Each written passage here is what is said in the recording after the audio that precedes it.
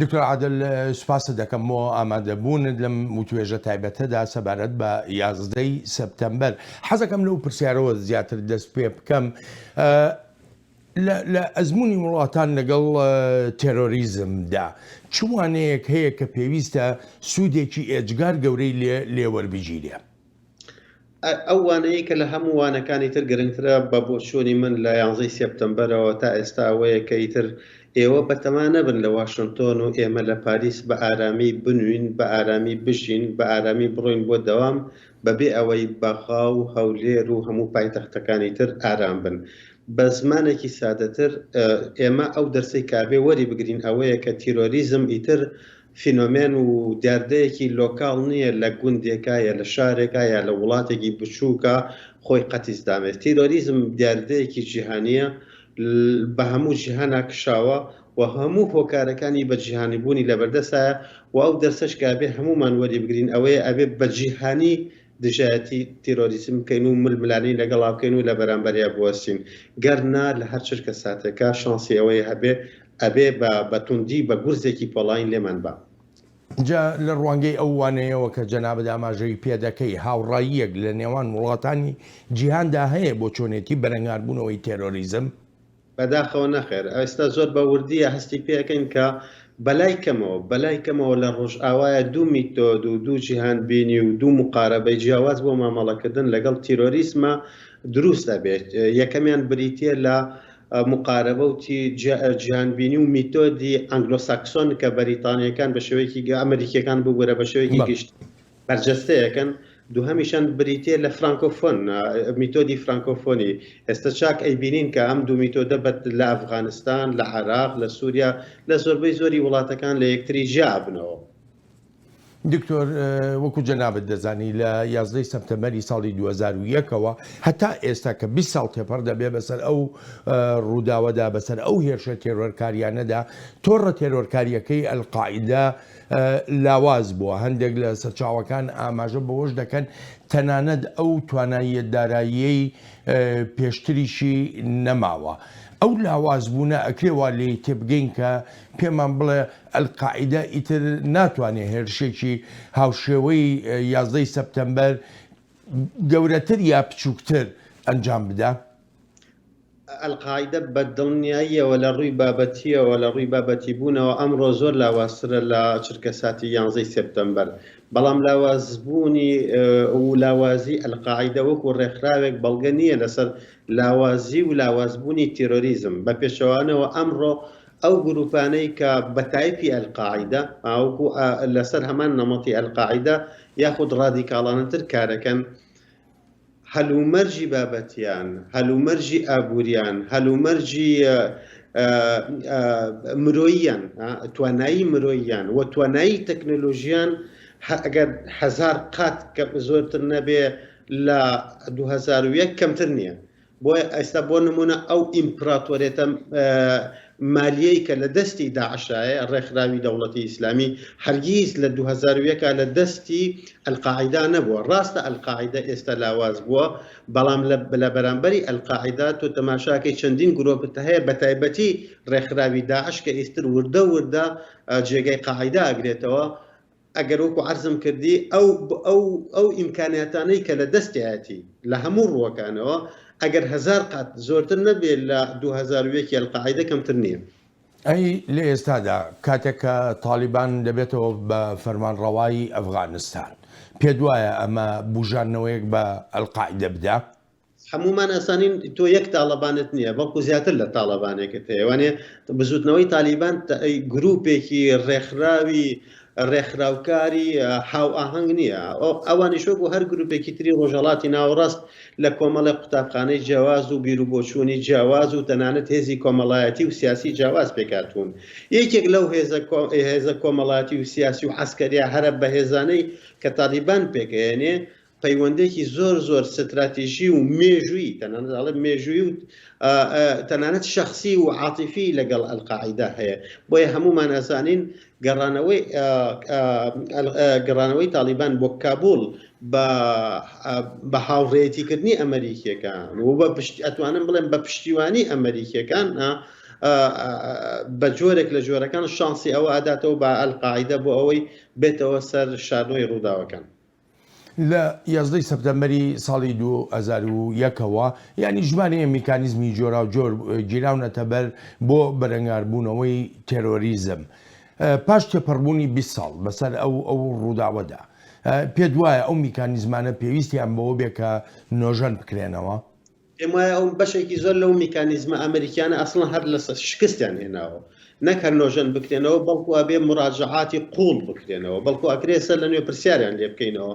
تۆ تەماشاکەی لە 2001 لە ئەفغانستان و 2023 لە عێراقا ئەو ویلایەتە یەکگرتووەکانی ئەمریکا ئەم دوو وڵاتە داگیرەکە، نەک هەر داگیریانەکە، بەڵکو ئەڕات بۆ نەتەوە یەکگرتووەکان بۆ ئەوەی سواڵی ستاتوی داگیرکردنی ئەم دوو وڵاتە بکە، یعنی ئەنجومەنی ئاسایش قەناعەت پێ بکە، نەتەوە یەکگرتووەکان قەناعەت پێ بکە کە ئەمریکا وەکو هێزێکی داگیرکرد بناسێنرێ هەم لە ئەفغانستان و هەم لە عێراقا.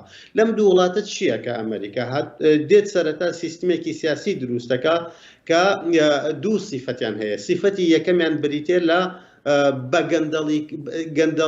گەندەڵی وەکو دیاردەیەک ئەبێ بە سیستەم، ئەوە خاڵی یەکەم، هەم لە عێراق هەم لە ئەفغانستانە. خاڵی دوو هەمیان بریتێ لە چی؟ بریتێ لە بە میلیشیاکردنی دەوڵەتی ئەفغانی و دەوڵەتی عێراقی. لەم ڕێگەیەوە ئەمریکا دوو مۆدێل، یەک مۆدێلی هێناوەتە ئەم دوو وڵاتە کە ئەویست لە ڕێگەی ئەم مۆدێلەوە ململانەی تیرۆریزم بکە لە هەردوو وڵاتەکە. تەماشاکەین هەموو ئەم مۆدێلەی کە هێناوێتی و هەموو ئەو خەونانەی کە ئەمریکا هێنایی لە 20 ساڵی ڕابردووە و هەموو ئەو ئەکتەرانەی کە ئەمریکا گرێوی لەسەرکردن یەک لە دوای یەک، هەر هەمووی یەک پاکێجە لە شکست. سەر ئەم پاکێجە لە شکست بە چیت کۆتایی پێهات؟ بەهێنانەوەی تالیبان کە 20 ساڵە بە ئاگر و ئاسن لێ ئەدەین و 20 ساڵە هەرچی میدیاکانی دنیا هەیە تعبیئاکەین بۆ ئەوەی تالیبان وەکو گرۆپێکی تیرۆریست بناسێنین. ئێستا بەدەستی خۆمان ئەیانهێنینەوە بۆ کابول و هەموو کلیلەکانی دەوڵەتی ئەفغانستانیان ئەدێنە دەست. ئەزانی مەترسی ئەمە چییە جەنابی مامۆستا؟ مەترسێ حرەگەورەکە گەڕانەوەی تالیبان نییە بۆ کابول، مەترسی حرەگەورەکە دروستبوونی وێنایەکی زۆر زۆر نێگەتیڤی ڕۆژئاوایە لە خەیاڵدانی دەستە جەمعی نەوەی نوێی ڕۆژهەڵاتی ناوەڕاستە. نەوەی نوێی ڕۆژهەڵاتی ناوەڕاست ئەڵێ لە گەیشتوونێتە ئەو ئەتوانێت بەخۆی بڵێ بە شێوەیەکی زۆر زۆر شەرعیانە کە ئەمریکا و وڵاتانی ڕۆژئاوا دیموکراسیان بۆ ئێمە نەویستووە لە ڕابردوو، نە لە ئێستا نە لە داهاتووشە. مافی مرۆڤ نەویستویانە بۆ ئێمە لە ڕابردوو، نە لە ئێستا نە لە داهاتووشە. باشترین بەڵگە چییە؟ بەڵگە ئەمە بە ئێماڵن با بە هەڵبژاردن بڕۆین. لە میسر بە هەڵبژاردن ئەگەینە دەسەڵات، دوایی ماریشال سیسیمان بۆ دێنن. لە ئەفغان لە تونس بە هەڵبژاردن ئەگەینە دەسەڵات، دوایی سەرکۆمارێکت هەیە کە خۆی فەرزەکە لە ڕێگای کۆدێتاوە. ئەنجا وڵاتانی ڕۆژئاواش هەر هەمویان پشتیوانی لەم کۆدێتایانە ئەکەن. لە هەمان کاتا لە ئەفغانستان کە 20 ساڵە بە ئاگر و ئاسن لە تالیبانە دەین و ئەمانەوەی وەکو تیرۆریست بیناسیێنین، بەدەستی خۆمان ئەیانهێنینەوە بۆ حکم. کەواتە ئەمنەوە پرسیار لە خۆیە کە ئەڵێ ئایا لە زەبروزەنگی ڕادیکاڵ من ئیختیارێکی ترم لە بەردەستایە؟ بەڵام دکتۆر لێرەدا خاڵێک هەیە پێویستە ئاماژەی پێ بکەین. بۆ نمونە لە عێراقدا لە ساڵی 2023دا ئەگەر ئەمریکا نەبووایە ئەوە ڕژەمی دیکتاتۆریە تا ئێستش تەمەنی درێژ دەبوو. لە ئەفغانستانیشدا بە هەمان شێوە ئەمریکا، وڵاتانی ڕۆژاوا، هاوپەیمانەتی ناتۆ بە تایبەتی، ینی بڕێکی ئێجگار زۆری پارەیان خەرج کرد بۆ بنیادنانی ئەو وڵاتانە، بۆ خستنەوە سەر ڕێڕەوی سەرێکی ئەو وڵاتانە. لەگەڵەوەشدا تەنانەت خوێنی هاوڵاتیانی خۆشیانیان لە وڵاتانەدا ڕژاندووە. لێرەدا بۆ لۆمەکە هەر لە وڵاتانی ڕۆژاوا بکرێ، بۆ لۆمەکە لە ئەو وڵاتانە خۆیان ئەفغانستان بێ یا عێراق بێ یا هەر شوێنێکی تر بێ نەکرێت. بۆ خۆت بیرتە، ینی لە هەفتەی ڕابردوودا کاتێ سەرۆکی فەڕەنسا سەردانی بەغدا و هەولێری کرد، لەوێ زۆر جەختی لە دۆسەی گەندەڵی دەکردەوە و یەکێ لە میکانیزمەکانی کە دەستنیشانی کرد بەرەنگاربوونەوەی گەندەڵیە بۆ ڕێگەگرتن لە ڕەخساندنی زەمینەیەک بۆ تێرۆریزم.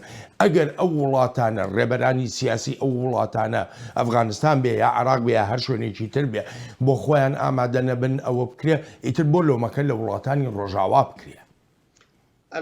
ئەم پرسیارەی جنابەت زۆر گرنگە. گرنگیەکەی لەوایە کە ئەمان خاتە بەردەم دوو واقعەوە. واقعی یەکەم واقعی وڵاتانی سیستمی ئینتەرناسیۆنال، واقعی دووەم واقعە لۆکاڵەکان، چ لە عێراق و چ لە ئەفغانستان، چ لە سوودان، چ لە سۆماڵ، لە مصر، لە تونس، لە هەموو وڵاتەکانی تر.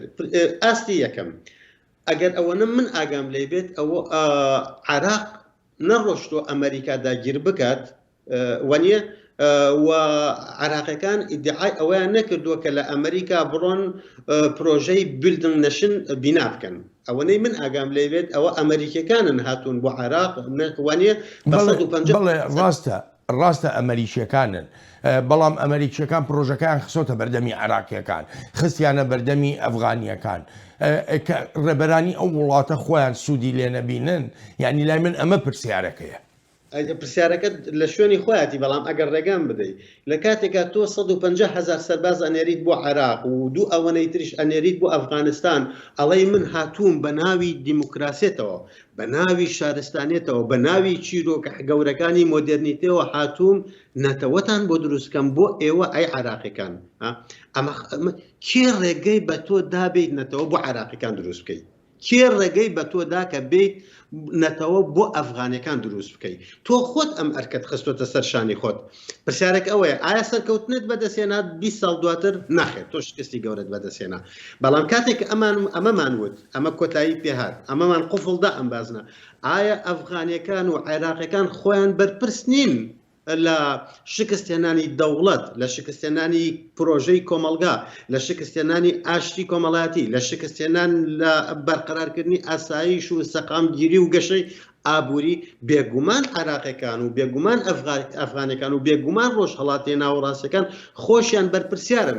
ئەسڵەن خۆیان هەر لەو چرکەساتەوە بەرپرسیارن کە تۆ شکست ئەهێنن لەوەی کە لە عێراقا دەوڵەت دروست بکەن، لە ئەفغانستانە دەوڵەت دروست بکەن. ئەسڵەن هەر لەوە خۆیان بەرپرسیارن کە ناتوانن ماڵی خۆیان لێ بکەن. تۆ تەماشاکە لەم چرکەساتەی کە عێراق کۆنفرانسێکەکە لە بەغا دێت، میسرەکان و قەتەرەکان بەیەکەوە دانێ بۆی قسە بکەن، قەتەرەکان و ئیمارەتەکان دانێ بەیەکەوە قسە بکەن، سعودەکان و ئێرانەکان، تورکەکان و فەڕەنسەکان، ئەمانە هەمووی لێکدژەکانن وانە. بەڵام لە کاتێکە ناتوانن سەرۆکی کۆمار و سەرۆک وەزیران یاخود شیعە و سوننا یاخود کورد و عەرەب، ئەمانە خۆیان ناتوانن لە کۆنفرانسێکە دانیشن بەیەکەوە کۆنترا و گرێبەستێکی کۆمەڵایەتی بینا بکەن، لە کاتێکە ئەیانەوێ هەموو لێکدژەکانی سیستمی جاری و سیستمی هەرێمایەتی بەیەک بخەن. بۆیە وەڵام سیارەکەی جەنابەت ئێمە لە هەردوو ئاستەکە شکستمان هێناوە. لە ئاستی ئەو تەداخلی دەرەوە لە عێراق و ئەفغانستان و وڵاتەکانی تر کە هەموو تەداخلەکان شکستیان هێنا لە جێبەجێکردنی پرۆژەکانە کە بریتی بوو لە بیناکردنی دەوڵەت و نەتەوە لەم دوو وڵاتە و لە وڵاتەکانی تر و هەروەها لۆکاڵیشە نەکار شکستمان هێناوە، بەڵکو لە چرکەساتی ئیفلاسین. بۆیە ناوی کتێبەکەی من ناوی عێراق سەدەیەک لە ئیفلاسە. دکتۆر دوا پرسیارم لەم توێژەماندا، وڵاتانی ڕۆژاوا لە ڕووی هزرەوە دەتوانن چۆن بەرەنگاری تێرۆریزم ببنەوە، بە تایبەتی لە ناوچەیەکی پڕ جێرمە و کێشەی وەک ڕۆژهەڵاتی ناوەڕاست؟ ئەزانی شۆن وڵاتانی ڕۆژئاوا ئەگەر بیانەوێت تەنها و تەنها بە میکانیزمی ئەمنی و بە میکانیزمی ستابیلیتی سەقامگیری مامەڵە لەگەڵ پرۆژەی تیرۆریزم و پرسی تیرۆریزم و پرۆسێسی تیرۆریزما بکەن، چەند لە 20 ساڵی ڕابردووە شکستیان هێناوە، لە 20 ساڵی داهاتووشە ئەوەنە ئەگەر زیاتر نەبێ ئەوەنە شکست ئەهێنن. کاتی ئەوە هاتووە ئەوروپا تێبگات لەوەی کە تیرۆریزم تەنها ئایدۆلۆژیان نییە، خوێندنەوەی تێکست نییە. تیرۆریزم تەنها پرسێکی ئەمنی نییە، بەڵکو لە هەمان کاتا پرسێکی کۆمەڵایەتی و ئابووری و سیاسی و ژێوپۆلیتیکیشە. دکتۆر عادل سوپاس دەکەم بۆ شیکردنەوەکانت، سوپاس و پێزانینم. سوپاس بۆ جەنابتان.